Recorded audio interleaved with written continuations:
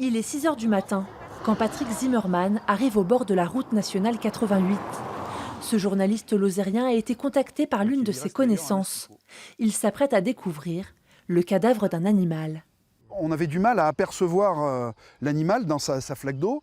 Et donc, jusqu'à arriver jusqu'à cette flaque d'eau, je me suis demandé si effectivement mon information était réelle. Pourtant, la bête est là, dans le fossé. Preuve à l'appui, le journaliste nous montre ses photos. Il en est certain, c'est un loup. Quand on voit les pattes, on voit le reste, il était en parfait état. C'est certainement un animal qui a moins de 2 ans, et pour autant c'est un animal costaud, une trentaine de kilos, belle bête comme on dit. Patrick Zimmermann n'a constaté aucune trace de tir sur la dépouille. Une autopsie devrait être réalisée afin de déterminer les causes de la mort de l'animal. Le loup est présent en Margeride, où il a déjà sévi. C'est le cas à Pelouse. Il y a 2 ans, l'un des troupeaux d'Émilie et Gilles Barandon était attaqué.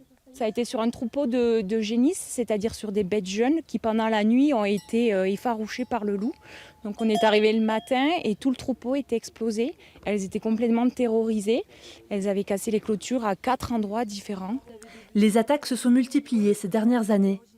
Ces éleveurs attendent avec impatience les résultats de l'analyse effectuée sur l'animal retrouvé mort. Si c'est un jeune loup, comme a l'air de le dire le journaliste, qui a donc trouvé ce loup, ça veut dire derrière qu'il y a bien sûr eu reproduction en Lozère et qu'éventuellement on peut avoir ce que nous savons, mais que l'administration sera peut-être obligée à reconnaître malgré tout ce temps passé, c'est qu'on peut avoir évidemment la présence d'une meute, d'une meute ou plusieurs meutes, bien sûr. La présence du loup sur le territoire de la Lozère inquiète les éleveurs, d'autant plus que les bêtes retrouvent progressivement les pâturages.